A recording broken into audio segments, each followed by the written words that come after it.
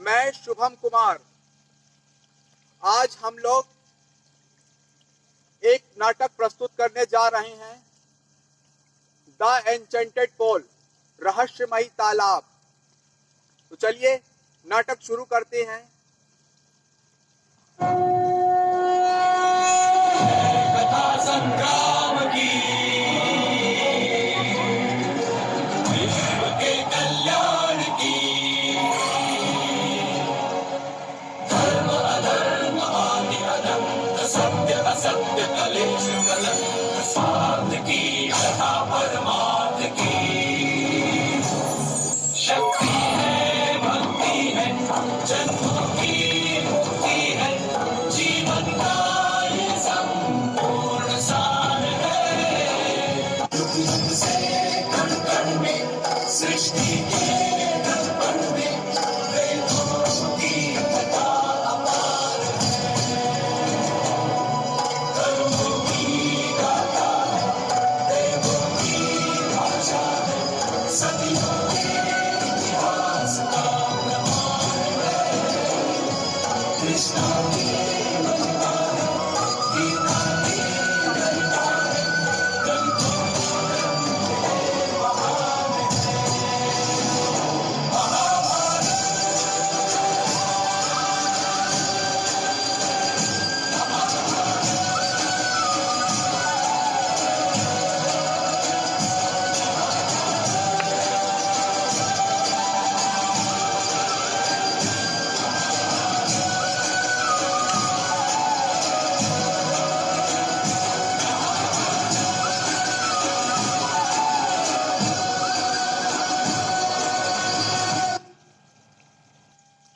अनुज, सहदेव, चलिए इस वृक्ष पर चढ़कर चारों ओर देखो, कदाचित कहीं जल के दर्शन हो जाए।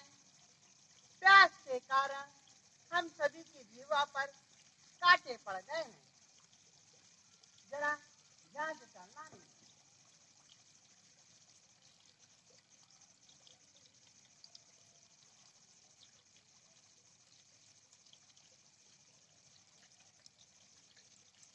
प्रिय नकुल, जरा जल का प्रबंध करो।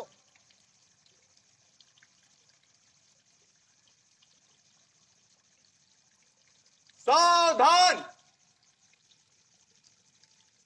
पहले मेरे प्रश्नों का उत्तर दो, तद उपरांत तुम इस जल को ग्रहण कर सकते हो।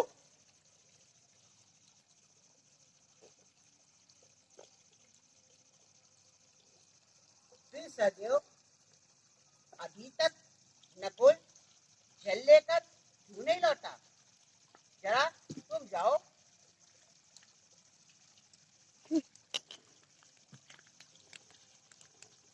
सावधान! पहले मेरे प्रश्नों का उत्तर, तद उपरांत तुम इस जल को ग्रहण कर सकते हो, अन्यथा तुम भी मारे जाओगे।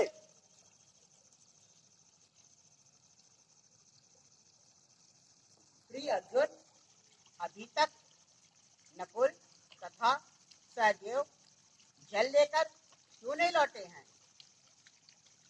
कहीं कुछ दुर्घटना नहीं घट गई है? जरा तुम जाओ अनुज।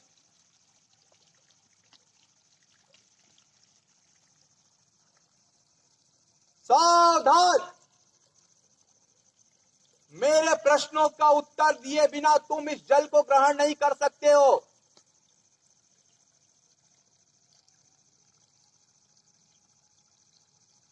द्रोण शिष्य अर्जुन, हट मत करो। पहले मेरे प्रश्नों का उत्तर, तद उपरांत तुम इस सरोवर के जल को पी सकते हो, अन्यथा तुम भी मारे जाओगे। प्रिय भीम, अभी तक अर्जुन, नकुल तथा सहदेव जल लेकर नहीं लौटे हैं। मेरा मन शोक से भर आया है। तुम शीघ्र जाओ अनुज और देखो क्या दुर्घटना घट गई है।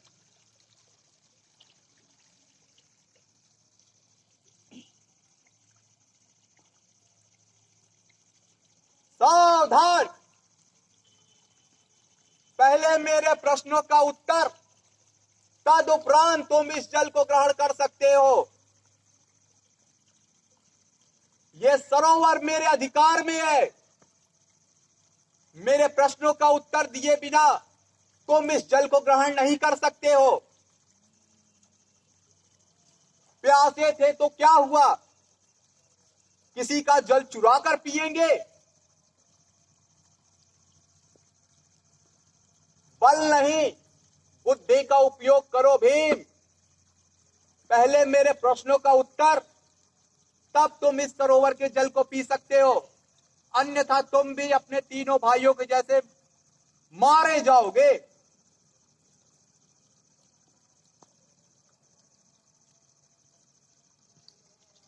पांचाली, तुम इस स्थान से अभी मत हटना। मेरे अभी तक चारों अनुज यहाँ पर जल लेकर नहीं आए हैं। मेरा मन भूख से भर आया है।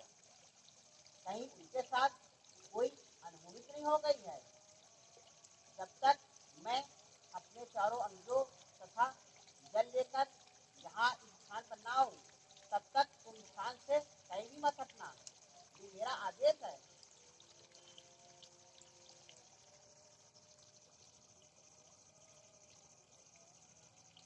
सरयू,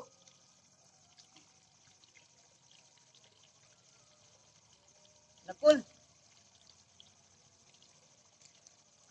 अर्जुन,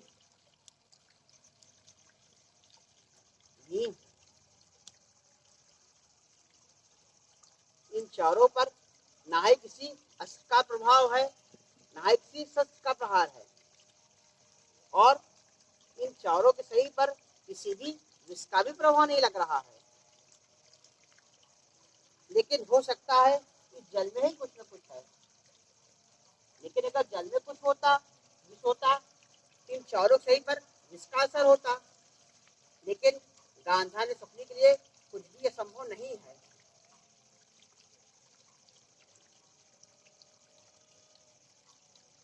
सावधान, सावधान। आप कौन है मान्यवर? कृपया मेरे समक्ष आइए।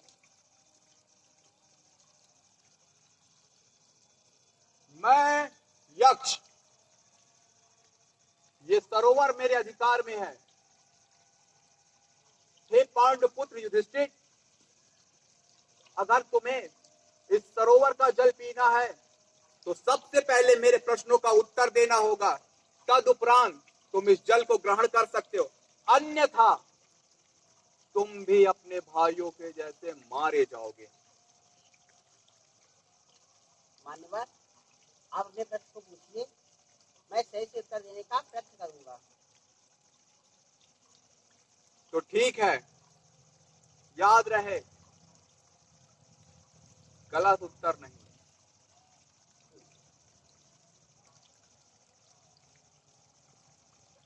इस पृथ्वी से भारी क्या है? माता, आकाश से ऊंचा क्या है? पिता, कोयले से काला क्या है? पलंग। क्योंकि कोयले का दाग एक बार मिट जाता है, लेकिन कलंक का दाग कभी भी नहीं मिटता है। सबसे बड़ा आश्चर्य क्या है? प्रत्येक व्यक्ति प्रतिदिन यह देखता है कि मृत्यु एक सत्य है, लेकिन वह यही सोचता है कि उसकी मृत्यु कभी नहीं होगी।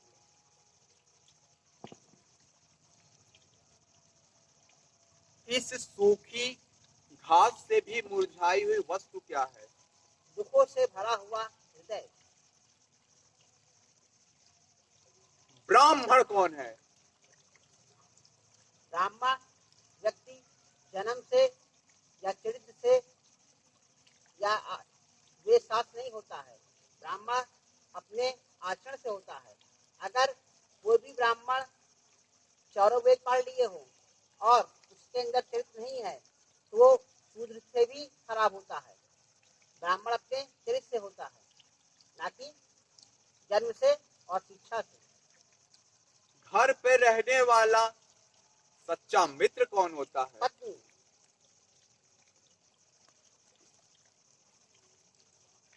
अंतिम समय मृत्यु के क्या जाती है? आत्मा।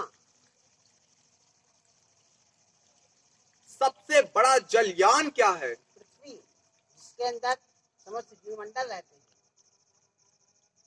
कौन सा ग्रंथ पढ़कर व्यक्ति महान हो जाता है? व्यक्ति किसी भी ग्रंथ को पढ़कर महान नहीं होता है, बल्कि वे बुद्धिमत्ता लोगों के साथ रहकर महान होते हैं। हे पांडुपुत्र युधिष्ठिर, तुमने मेरे प्रत्येक प्रश्नों का उत्तर एकदम सही सही दिया है। तुम अपने किसी एक भाई का जीवन मुझसे मांग सकते हो। आप मेरे अनुज नकुल को जीवन दान दे दीजिए प्रभु। एक बात पूछूं युधिष्ठिर, पूछिए। तुमने नकुल का ही जीवन क्यों मांगा मुझसे? तुम भीम, अर्जुन और सहदेव के लिए भी तो ये आग्रह कर सकते थे। प्रभु, मेरे पिता की 2 पत्नियां हैं। एक का पुत्र मैं कुंती और दूसरा की माता का नाम माद्री है। उनके पुत्र नकुल तथा सहदेव हैं। अगर मैं अर्जुन तथा भीम का जीवन दान मांगता तो मेरी माता माद्री के साथ अन्याय होता। ये दुनिया मुझे स्वार्थी कहती। अगर कुंती का एक पुत्र जीवित है तो मेरी माता माद्री का भी एक पुत्र जीवित होना चाहिए प्रभु। अगर मैं तुमसे ये कहता कि तुम अपने किन्हीं 2 भाइयों का जीवन मुझसे मांग सकते हो, तब तुम किसका मांगते? मैं अपने अनुज सहदेव का जीवन मांगता, क्योंकि वो अर्जुन और भीम से भी छोटा है उम्र में। धन्य हो युधिष्ठिर, तुम्हारी न्याय प्रियता का परिमाण जग विख्यात होगा। मैं तुम्हारी इस ज्ञान और इस बुद्धिमत्ता से तुमने जो मेरे प्रत्येक प्रश्नों का उत्तर दिया है, मैं तुम्हें तुम्हारे चारों भाइयों का जीवन वापस लौटा रहा हूँ। एक बात पूछूं प्रभु? पूछो युधिष्ठिर। जीवन दान देने का अधिकार आपके अंतर्गत नहीं आता प्रभु। आप असल में कौन हैं? कृपया अपना मुझे असली परिचय दीजिए प्रभु। बड़े चतुर हो युधिष्ठिर, बड़े चतुर हो। मैं यम, मृत्यु का स्वामी, मैं तुम्हें तुम्हारे चारों भाइयों को जीवन दान देता हूँ। तथास्तु।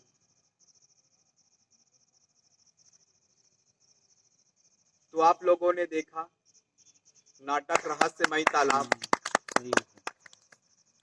न्याय हमें किसी जाति या किसी धर्म या किसी अपने के लिए नहीं लड़ना चाहिए।